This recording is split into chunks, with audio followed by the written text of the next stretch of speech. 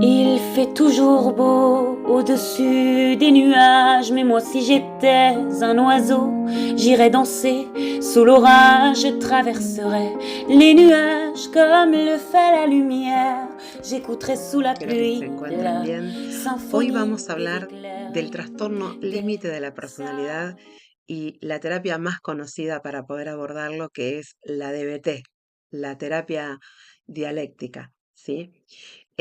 Bueno, vamos a empezar a explicar más, antes que nada, el nombre de trastorno límite de la personalidad.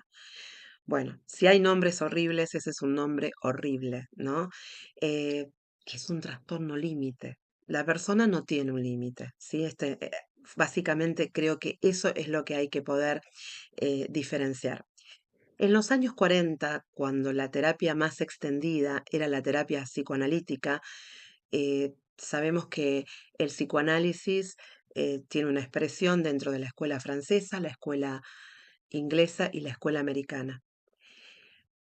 Varios de los pacientes que estaban acostumbrados a tratar los psicoanalistas podían clasificarse dentro de la neurosis, apareciendo como síntomas capitales la angustia, las fobias, los trastornos de ansiedad, y por otro lado la psicosis.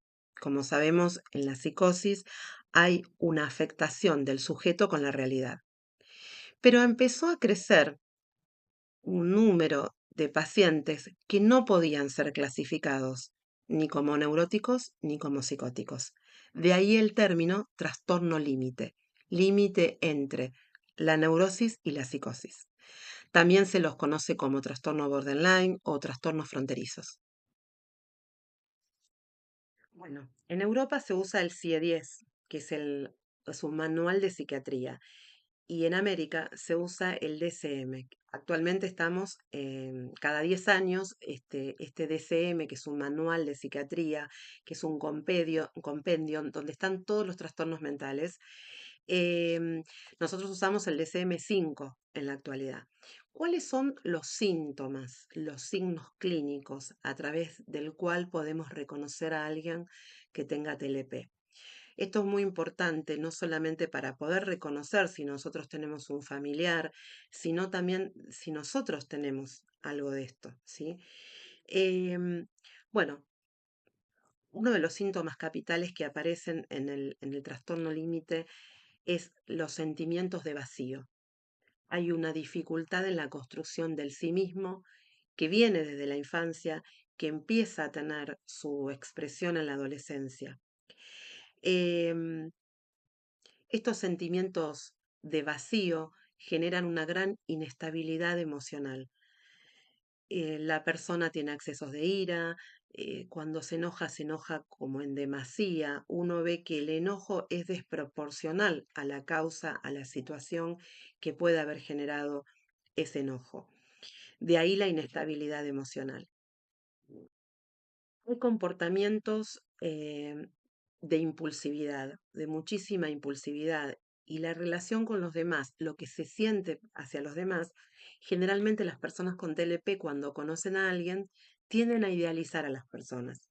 Y los otros son buenos, son maravillosos, ¿sí? Y de golpe aparece sobre la misma persona, una vez que empiezan a vincularse, cuando le descubren algún defecto, una desvalorización, o sea que se pasan en un extremo al otro, de ahí la inestabilidad afectiva que ellos tienen. Esto puede pasar con familiares, puede pasar con parejas, puede pasar con amigos, con compañeros de trabajo, con personas que ellos admiran. Cuanto más admiración se tenga sobre alguien, mayor recaída en la desvalorización si llegan a encontrarle, ¿no?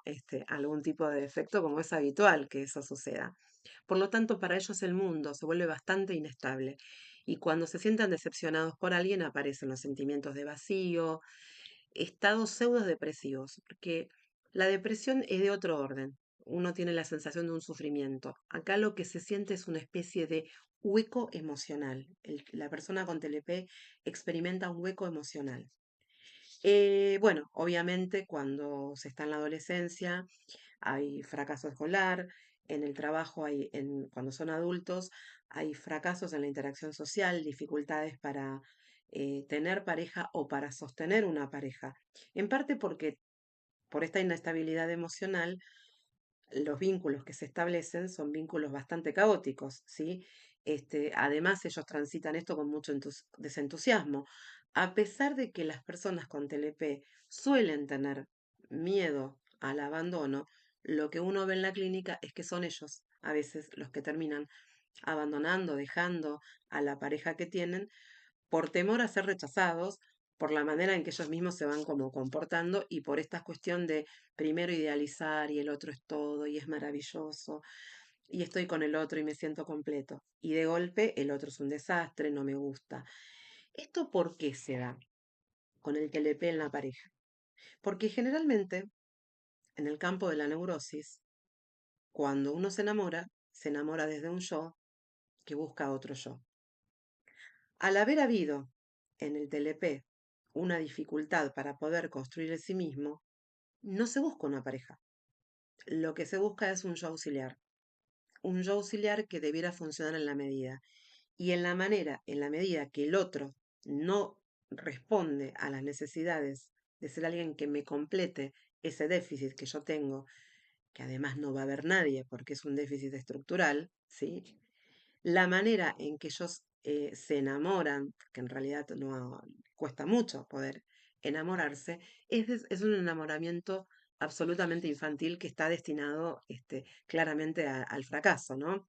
Que pasa por sus momentos de dependencia hacia el otro y también, inexorablemente, termina como en situaciones de agobio, ¿no? El TLP suele agobiarse de sus parejas y termina como huyendo de esas situaciones.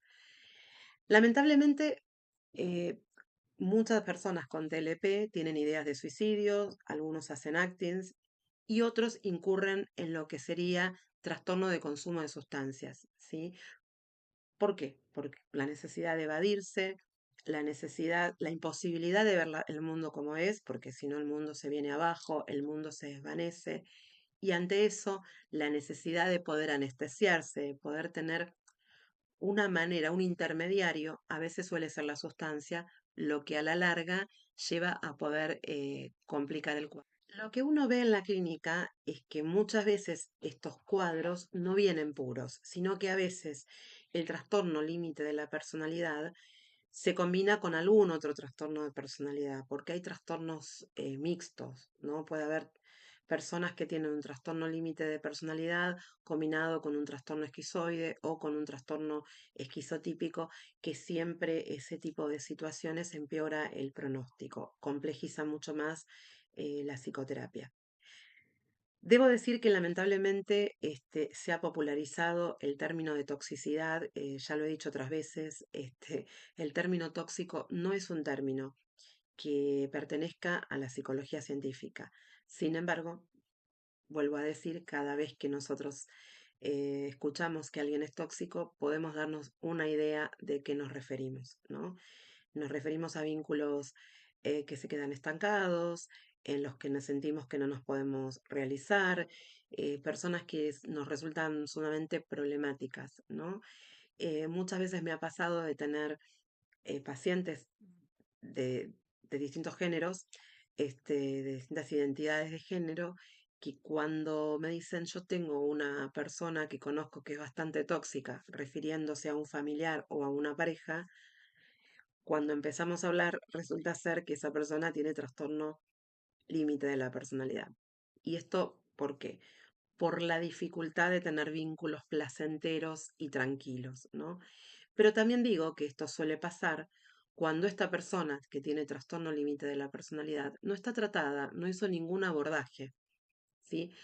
Porque, ¿qué es la personalidad? ¿Y qué son los trastornos de personalidad? Ante todo, cualquier trastorno que estemos hablando.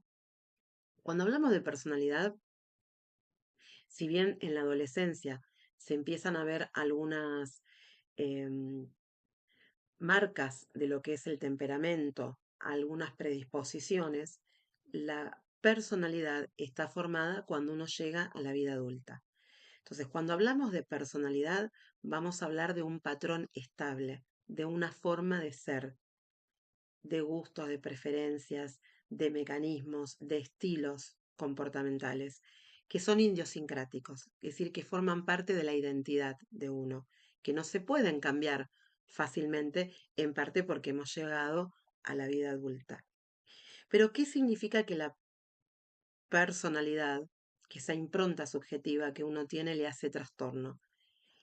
Bueno, si yo tengo una fobia, vamos a suponer que tengo una fobia, no sé, como le pasaba el caso de Juanito, que tenía una fobia a los caballos, o yo tengo una fobia a las arañas, lo que sea. Esto me puedo sanar, me puedo curar, hago un tratamiento y resuelvo la fobia a las arañas. Por supuesto que no estoy diciendo que los comportamientos fóbicos sean fáciles de resolver, pero lo que digo es que uno tiene una perspectiva de que sea algo que se pueda restablecer, ¿sí? Ahora, la personalidad no es algo que se pueda cambiar de cualquier manera, así como así, porque estamos hablando de patrones estables, ¿sí? Entonces, cuando uno está diciendo que la personalidad, esa forma de ser que uno tiene, es la problemática, esa forma de sentir, esa forma de percibir y de actuar en el mundo es la que causa problema, lamentablemente estamos hablando de cuadros que se estructuran de una manera crónica, es decir, que nos van a probablemente acompañar a lo largo de nuestra vida y de todas nuestras experiencias. Ahora bien, que algo no se pueda curar no significa que algo no se pueda abordar y que en la medida que se pueda abordar, uno pueda mejorar, sufrir menos y hacer sufrir menos a los demás que están con nosotros. Hay algo muy importante que tenemos que tener en cuenta cuando hablamos de los trastornos de personalidad en general, que son los mecanismos de defensa. Bueno, ¿qué son los mecanismos de defensa? Freud planteaba que el yo, que tenemos tres instancias psíquicas, el yo, el ello y el superyo. El ello es lo inconsciente, el superyo es esa instancia de la moral, es el heredero del complejo de Edipo, es la internalización de la norma que está en el exterior. Y el yo, dice Freud, es la sede de la angustia, es la conciencia, es lo que me permite relacionarme con el mundo y tener conciencia de lo que está pasando justamente. Pero hay una parte del yo que es inconsciente. En un texto muy interesante que se llama El yo y el ello de 1923, él dice, el yo cuando se forma hunde sus raíces en el ello, que es el inconsciente. Bueno, en ese sector del yo inconsciente es donde se forman los mecanismos de defensa. Nosotros lo que vamos a ver es que las personas con TLP no tienen conciencia de enfermedad. En general, la conciencia de enfermedad es un tema que vamos a ver en salud mental que atraviesa casi todos los trastornos. Cuando uno tiene una gripe o un resfrío, uno dice, uy, bueno, estoy estornudando, me duele la garganta, seguramente me debo estar engripando. Con la salud mental esto es un poquito más complicado. Uno no se da cuenta ni cuando está sano ni cuando está enfermando, ¿sí? Por la propia particularidad que tiene lo psíquico o lo mental. Entonces no nos vamos a encontrar con personas que tengan conciencia de enfermedad. Y lo que vamos a ver es que sí tienen conciencia del sufrimiento. Una persona con TLP sabe que las cosas no le están saliendo bien, sabe que padece. ¿Y qué hace ante esto? Bueno, lo que puede es echarle mano a sus mecanismos de defensa, que son maneras como lentes de cómo ver la realidad y de cómo manejarse en el mundo. ¿Qué mecanismos de defensa vamos a ver en el TLP? Bueno, no es el único trastorno de personalidad que va a echarle mano al mecanismo de la proyección. ¿Qué es la proyección? Que lo que a mí me pasa no lo puedo asumir, no lo puedo ver, entonces lo proyecto en el otro. Muchas veces uno le dice al otro, me estás tratando mal, me estás manipulando, me estás diciendo esto. ¿Y qué está pasando ahí?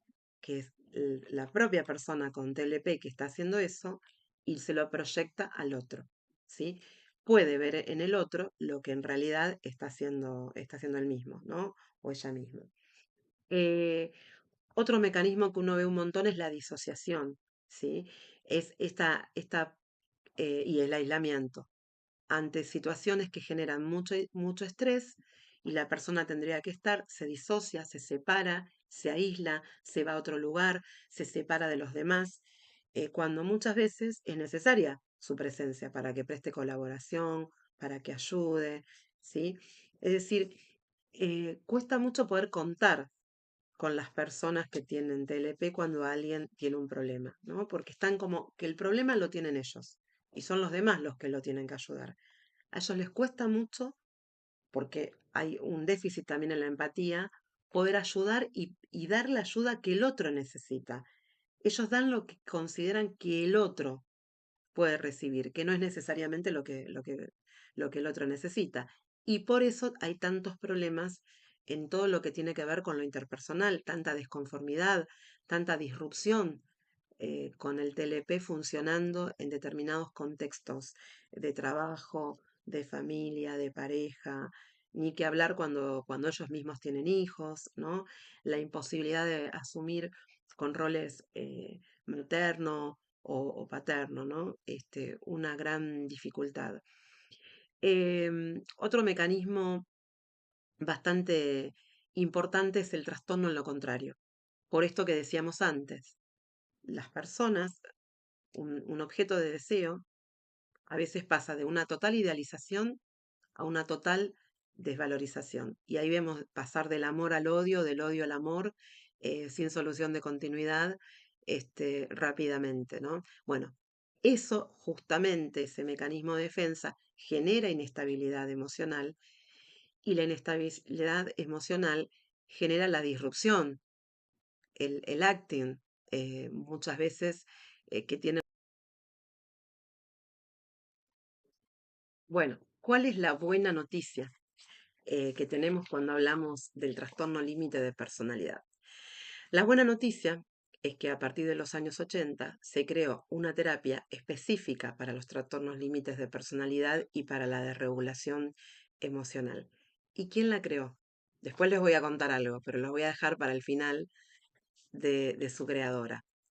La terapeuta que nos ha visitado la Argentina en varias ocasiones, Marshall Linehan, ¿sí? Que es una investigadora, una psicóloga que investigaba en la Universidad de Washington con su equipo. Lo que hicieron fue adaptar un modelo de terapia cognitiva comportamental y hacer algo diferente.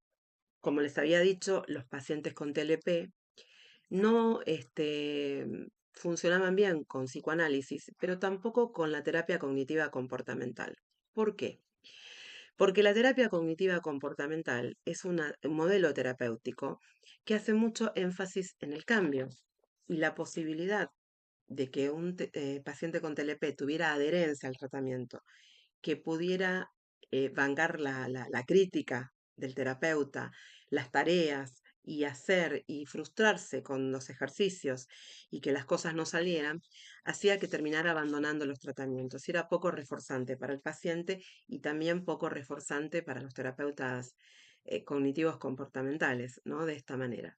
Bueno, Marshall Linehan, que crea este modelo terapéutico, lo que hace es durante un año seguir pacientes, fueron pacientes mujeres las que estaban internadas, las dividió en dos grupos y a algunos les dio terapia cognitiva comportamental y a otros les dio DBT, ¿sí? La terapia racional conductual, dialéctica conductual, que ella creó.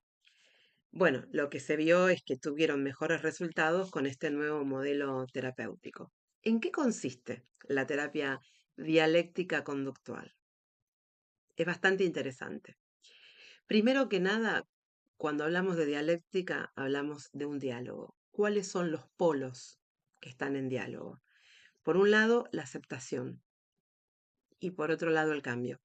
Si nosotros queremos cambiar algo, tenemos que aceptarlo. Lo que se vio a partir de la investigación es que las personas con trastorno límite de la personalidad en su infancia fueron niños que en algún momento fueron heridos. Si bien hay una disposición biológica, una vulnerabilidad que los ha hecho más sensibles emocionalmente a los estímulos ambientales, lo que vemos es que cuando revisamos sus historias han crecido en ambientes poco validantes. Es decir, niños que presentaban algún tipo de demanda o alguna conducta que parecía desadaptada para las expectativas de la familia o de la escuela. Y bueno, alguien les ha dicho, bueno, pero vos sos exagerado o siempre estás llorando. Eh, Cuando decimos que uno no valida al otro, lo que decimos es que lo criticamos mucho, em, que le mostramos sus defectos, pero a una edad tan temprana que el otro no forma bien su narcisismo, ¿sí? No forma bien su autoestima, porque lo que considera, lo que piensa es que el otro no lo quiere y que está siendo rechazado por el otro. Por supuesto que esto no estamos diciendo que la familia tenga la culpa que aparezca una persona con trastorno límite. No, de hecho hay niños a los que se los trata mal y sin embargo forman bien su narcisismo, pero convengamos es que no es la mayoría de los casos. Entonces, cuando nosotros estamos ante una persona con trastorno límite de personalidad, estamos ante alguien que seguramente fue un niño herido, a punto tal que hubo un suceso traumático a partir de los dichos, de las interacciones que se tuvo en la infancia con su familia. Entonces, permanentemente la persona ha crecido con ese déficit, con esa falta de seguridad en sí mismo, ¿no? Entonces, lo primero que vamos a trabajar en una terapia es poder trabajar la aceptación y la validación de nuestro paciente. Es poder decirle, yo te creo, yo sé que esto no lo haces a propósito, yo confío en vos, sé que vas a poder modificar esto, porque la persona se acostumbra a comportarse mal, se acostumbra a que las cosas le salgan mal y percibir de mala manera. Entonces es como que hay que empezar de cero, psicoeducar al paciente y a enseñarle a cómo percibir el mundo y convencerlo, dice Marshall, de que hay una vida que merece ser vivida, que es valiosa y que seguramente es querido por los demás. No es verdad que nadie nos quiera y que no significamos nada para el otro y que no haya nadie que no espere algo de nosotros, ¿sí? Que nosotros podamos dar. Entonces, la terapia va a primero potenciar un vínculo con el paciente y una vez que ese vínculo esté construido, poder establecer metas de cambio que tengan que ser reales en función de la etapa evolutiva que la persona, que la persona se encuentre, ¿no? Ir trabajando muy artesanalmente, para poder ir reparando todo eso que está dañado. Nos vamos a tomar entre 3 o 4 sesiones como para psicoeducarlos y contarles en qué va a consistir el tratamiento y para poder ir abordando estas cuestiones traumáticas que han quedado desde la infancia y reparar lo emocional que hay. Por supuesto que si nos llega un paciente que viene de haberse autolesionado o que está con ideas suicidas, primero vamos a atender eso y una vez que la persona no esté en ninguno de esos riesgos y que esté compensada, vamos a trabajar por las situaciones cotidianas y hacer un entrenamiento en las habilidades sociales en la terapia para que eso se pueda generalizar a los entornos específicos donde la persona tiene que interactuar. Hay algo muy interesante del dispositivo de la DBT, como la conocemos a la terapia dialéctica conductual. La terapia no solamente tiene un espacio individual con el paciente, sino que además hay un entrenamiento para la familia, o las personas que tienen que interactuar, para poder enseñarles a que comprendan en qué consiste el cuadro, cómo manejarse, cómo comunicarse, que es tan importante. Porque a veces hay personas, familias, que no con mala intención, pero fuerzan de alguna manera, estresan o frustran más al paciente por ahí con la mejor de las intenciones, ¿sí? Entonces, la idea es que poder enseñarles, poder entrenarlas a que, partiendo de la base de que hay amor, que hay afectividad o que hay responsabilidad en el vínculo, que quieren lo mejor, ¿no? Y que a veces hacen las cosas sin mala intención. Si hacen las cosas con mala intención, bueno, no son familia con la que podamos contar para poder trabajar. Pero es muy importante el espacio de la terapia familiar, que en realidad son asesoramientos, son entrenamientos, ¿no? Otra cosa muy importante que hace el terapeuta entrenado en DBT es el coaching telefónico. ¿sí?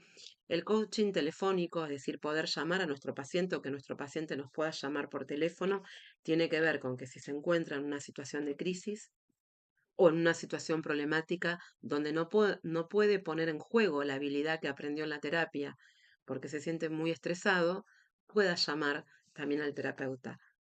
Por supuesto que también lo puede llamar para contar una buena noticia, cuando ha logrado algo, cuando quiere compartir. Eso es un dispositivo bastante interesante y bastante novedoso. Bueno, la mala noticia de este tipo de terapias es que no las encontramos en el hospital público. Tampoco en los dispositivos a veces de obras sociales o de prepagas, y que son terapias em, que hay que pagarlas, ¿no? Entonces, bueno, ahí aparece toda una discusión de quién tiene acceso a los dispositivos terapéuticos, que están basados en la evidencia. Generalmente es lamentable que las terapias que se encuentran cubiertas por los seguros sociales son las terapias más económicas para el prestador de salud. Acá no estamos hablando de un solo terapeuta, sino que estamos hablando de un equipo de terapeuta. Y por supuesto también hay psiquiatras cuando la persona está en una situación de crisis o hay que internarla o hay que medicarla. Es decir, son equipos interdisciplinarios dentro de lo que es la salud mental. Y lamentablemente los seguros sociales o el hospital público muchas veces no lo cubre. Bueno, ¿qué es lo que la llevó a Marshall Linehan a inventar el dispositivo de la DBT? Bueno, ella misma fue una paciente psiquiátrica, nos cuenta que recibió electroshock, que tuvo varios intentos de suicidios, autolesiones, que no quería vivir, que estaba deprimida. Eh, ¿Qué fue lo que la rescató? Lo que la rescató fue poder construir un vínculo con su terapeuta. Y ante esto ella es inexorable, ¿no? Generalmente en distintas orientaciones de la psicología lo que se dice es que el terapeuta debe ser neutral, que no debe desarrollar sentimientos por su paciente, que debe mantener una distancia prudencial. Y Marshall ante esto dice, bueno, hay cosas con las que yo no estoy de acuerdo, hay reglas que yo voy a romper. A veces un paciente con trastorno límite o desregulación emocional, a la única persona que tiene enfrente que va a apostar por ellas es el terapeuta. Entonces es muy importante que nosotros podamos construir un vínculo con nuestro paciente, que podamos apostar a la posibilidad de cambio, a plantearle nuestros sentimientos, ¿no? En esto hay que ser muy claros, ¿no? Porque justamente los pacientes vienen muy desahuciados, porque sus familias están hartos de ellos.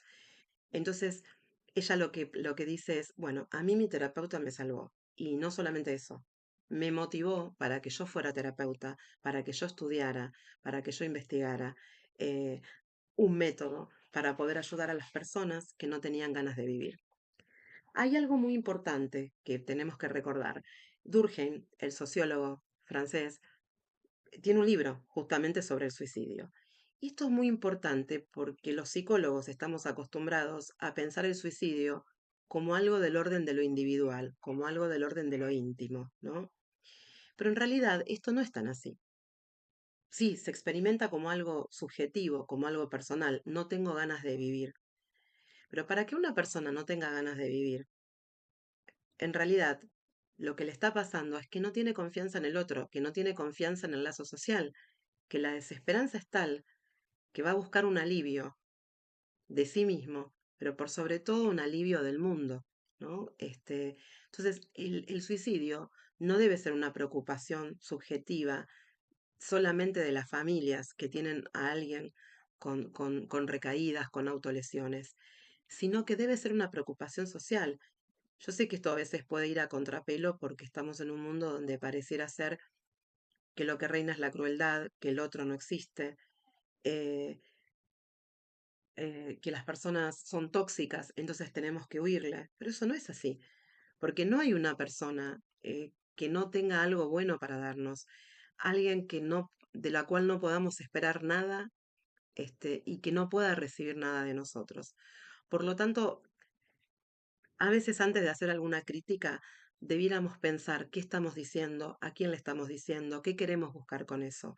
Porque probablemente a una persona vulnerable mentalmente, psíquicamente, con un comentario la podemos destrozar.